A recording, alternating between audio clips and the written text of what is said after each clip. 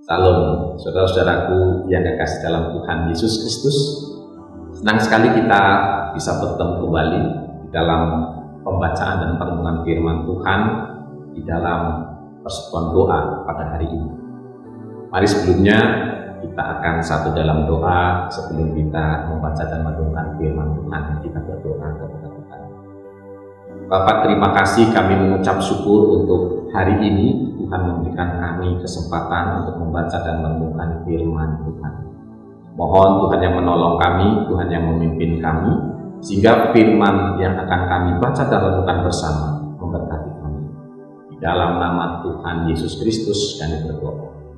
Amin. Bapak Ibu Saudara, hari ini kita akan merenungkan sebuah tema, yaitu kasih yang kekal. Firman Tuhan terambil di dalam 1 Korintus pasal 13 ayat yang ke-13. Firman Tuhan berkata demikian. Demikianlah tinggal ketiga hal ini, yaitu iman, pengharapan, dan kasih. Dan yang paling besar di antaranya ialah kasih. Saudara-saudaraku, sebagai kesimpulan tentang kasih, Rasul Paulus menambahkan satu kalimat. Di antaranya ketiga hal ini yang paling besar adalah kasih. Saudaraku, iman, pengharapan, dan kasih ternyata tidak sama derajatnya. Kasih lebih besar dari iman dan pengharapan. Jika tidak ada iman, kita tidak mungkin menjadi orang Kristen saat ini, Bapak Ibu Saudara. Beriman berarti menerima dan percaya kepada Yesus Kristus adalah Tuhan dan Juru Selamat.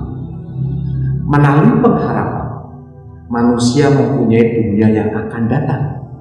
Tetapi kasih adalah kekal selamanya. Bapak Ibu Saudara, kasih menjadi paling penting karena iman dan pengharapan bersifat sementara, yaitu hanya sampai kedatangan Tuhan Yesus yang kedua kalinya. Setelah Tuhan Yesus datang, maka iman kita akan disempurnakan. Karena kita sudah menerima dan bertemu dengan objek iman kita, yaitu Tuhan Yesus. Setelah Kristus datang, hari yang ditunggu telah tercapai dan kita sudah mendapat apa yang diharapkan, sehingga tidak perlu berharap lagi. Bapak Ibu Saudara, setelah Kristus datang dan kita masuk surga bertemu dengan Tuhan, kita tidak lagi mengharapkan bertemu lagi dengan Kristus. Maka iman akan berhenti karena sudah terwujud. Pengharapan juga akan berhenti karena apa yang diharapkan sudah tercapai. Bapak Ibu Saudara yang kasih dalam Tuhan, tetapi kasih tidak akan berhenti karena kasih adalah kekal selamanya, dan kasih itu akan terus ada antara umat dan juga Allah di surga. Saudara-saudaraku, ketika dua orang mengharapkan pernikahan, maka setelah pernikahan itu berlangsung, maka tidak perlu beriman lagi akan menikah. Tidak perlu berharap lagi hari pernikahan akan tiba, karena semuanya sudah terwujud. Tetapi kasih tetap berjalan terus. Kasih tidak berhenti setelah menikah, sehingga melalui kasih mereka akan mengalami damai sejahtera di dalam kehidupan pernikahannya itu.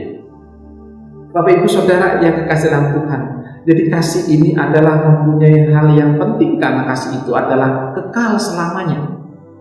Sehingga kasih itu mendapatkan sebuah predikat di dalam Rasul Paulus tadi menyatakan bahwa kasih itu lebih besar di antara daripada pengharapan, iman dan pengharapan. Saudara-saudaraku, yang menjadi pertanyaan bagi kita, apakah kita sudah melakukan kasih, menyatakan kasih itu di dalam kehidupan kita sehari kepada setiap orang yang percaya, setiap kita yang memiliki pengharapan hidup, yaitu kepada Tuhan, mengasihi Tuhan, dengan juga kita mengasihi kepada orang lain di dalam kehidupan kita, mereka yang belum percaya kepada Tuhan. Kiranya kasih ini akan terus bergaul dan menjadikan gaya hidup untuk kita menyatakan kasih kepada Tuhan dan menyatakan kasih kepada sesama. Amin. Mari kita berdoa. Tuhan Yesus, terima kasih Kami mengucap syukur ya Tuhan, mampukan kami untuk melakukan kasih-Mu, sehingga kasih itu adalah kasih yang sejati, kasih yang sempurna yang Tuhan ajarkan kepada kami.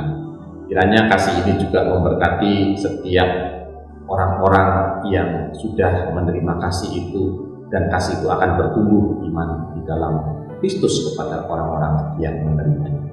Terima kasih Bapa, di dalam nama Tuhan Yesus Kristus kami berdoa. Amin.